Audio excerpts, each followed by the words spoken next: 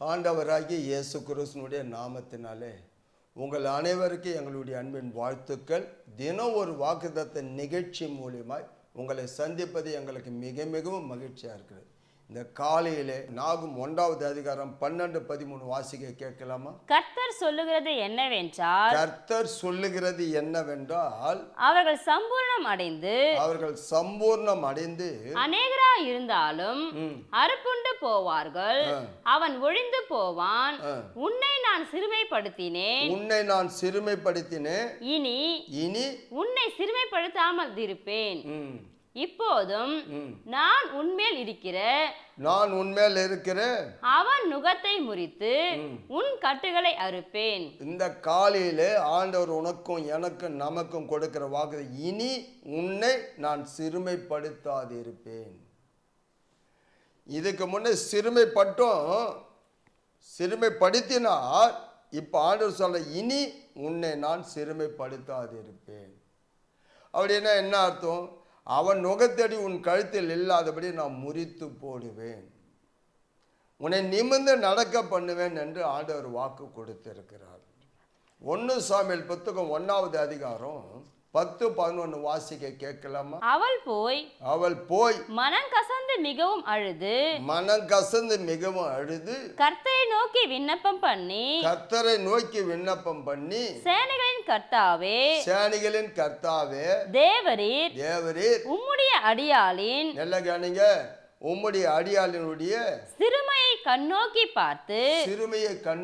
பார்த்து உம்முடைய அடியாளை மறவாமல் நினைத்தருளி உமது அடியாளுக்கு ஒரு ஆண் பிள்ளையை கொடுத்தால் அவன் உயிரோடு இருக்கும் சகல நாளும் நான் அவனை கர்த்தருக்கு ஒப்பு கொடுப்பேன். நல்லா கவனிங்க. அன்னாளுடைய கண்ணீரின் ஜெபம், அவளை அவமானப்படுத்துகிற சகோதரி, அவளை வேதனைப்படுத்துகிற சகோதரி, ஏளனமாய் பார்க்கிற சகோதரி, வார்த்தையினாலே வலியினாலே தாங்க முடியாமல் ஆலயத்தில் போய் ஊற்றுகிற கண்ணீரின் ஜெபம் இது.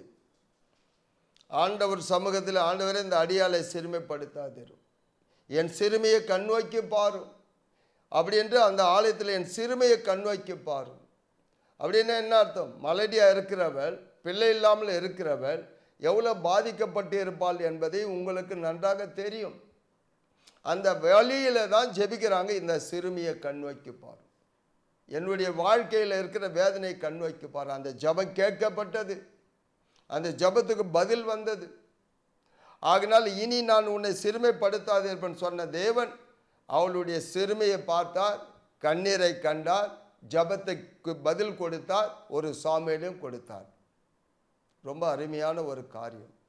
அதே 2 சாமுவேல் 16வது அதிகாரத்தில் 12வது வசனம் வாசிக்கலாமா? ஒருவேளை கர்த்தர் என் சிறுமையை பார்த்து இந்த நாளில் அவன் நிந்தித்த நிந்தனைக்கு பதிலாக எனக்கு நன்மையை சரி கட்டுவார் என்றான். எல்லாம் யோசித்து பாருங்க.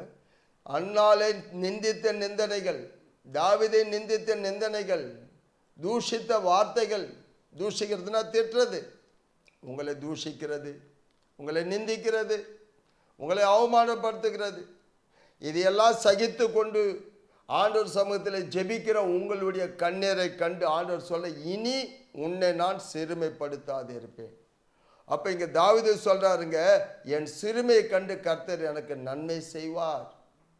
அதே போல் அதை கேட்குற உங்களுடைய வாழ்க்கையில் ஆண்டவர் கண்டிப்பாக உங்கள் கண்ணீரை கண்டு உங்கள் சிறுமையை பார்த்து ஆண்டவர் உங்களுக்கு நன்மை செய்வார். கண்டிப்பாக வாக்கு தத்தத்தை நிறைவேற்றுவார். ஏன்னா வேதம் சொல்லுகிறது, சங்கீதம் புத்தகம் 10வது அதிகாரத்தில் நீங்க 17ஆம் வசனம் வாசிக்க கேட்கலாமா? கர்த்தாவே சிறுமைப்பட்டவர்களுடைய வேண்டுதலை கேட்டிருக்கிறீர். பாருங்க எவ்வளவு அருமையான வார்த்தை பாருங்க. அவர்கள் இருதயத்தை ஸ்திரப்படுத்துவீர். ஆமென். அவங்களை என்ன பண்ணுவேன்? அவங்க இருதயம் சந்தோஷப்படுத்துவார், ஸ்திரப்படுத்துவார். கேட்டாரு, கண்டிப்பா சொல்றேன், நிச்சயமா சொல்றேன், கேட்டுட்டார். ஆகினால தான் இன்னைக்கு ஆண்டவர் உங்களை பார்த்து இந்த காலையில் இனி உங்களை நான் சிறுமைப்படுத்தாது இருப்பேன்.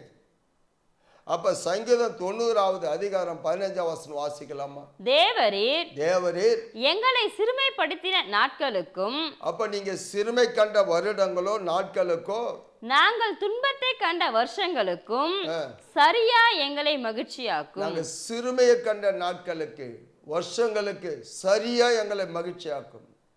பாருங்க, 1 சாமுவேல் 2வது அதிகாரத்தில் 1ஆம் வசனம், கொம்பு உயர்ந்தது என்று சொல்லுவாள், என் இருதயம் மகிழ்ந்து களி கூறது என்று சொல்லுவாள்.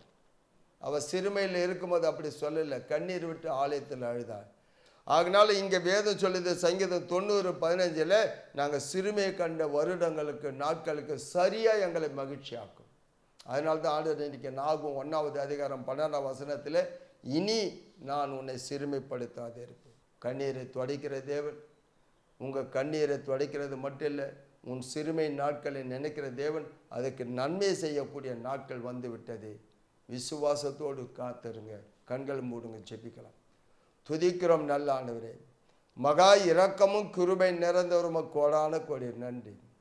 இந்த நாளிலே இதை கேட்டு அத்தனை பேருடைய இருதயத்தில் இருக்கிற கவலைகள், இருதயத்துக்குரிய ஏக்கங்கள், அண்ணாலை போல ஆண்டவர் அந்த ஆலயத்தில் போய் என் சிறுமையை கண்ணோக்கி பாரும் என்று தாவீது சொன்ன, என் சிறுமையை கண்டு கர்த்தர் எனக்கு நன்மை செய்வார் என்று சொல்லி சிறுமையானவர்களுடைய விண்ணப்பத்தை கேட்டு அவங்களை பலப்படுத்துகிற தேவன் நீங்கள். சிறுமை நாட்களுக்கு மகிழ்ச்சியான நாட்களை ஈடாய் கொடுக்கிற தேவன் நீங்கள். இதை கேட்ட உங்கள் வாழ்க்கையில் இந்த வருஷத்தினுடைய கடைசி மாதத்தில் சகல நன்மையோடு சமாதானத்தோடு இனி அவர்கள் சிறுமை காணாதபடி காத்துக்கொள்ளும். இயேசுவின் நாமத்தில் ஜெபிக்கிறோம் நல்ல ஆண்டவரே, ஆமென்.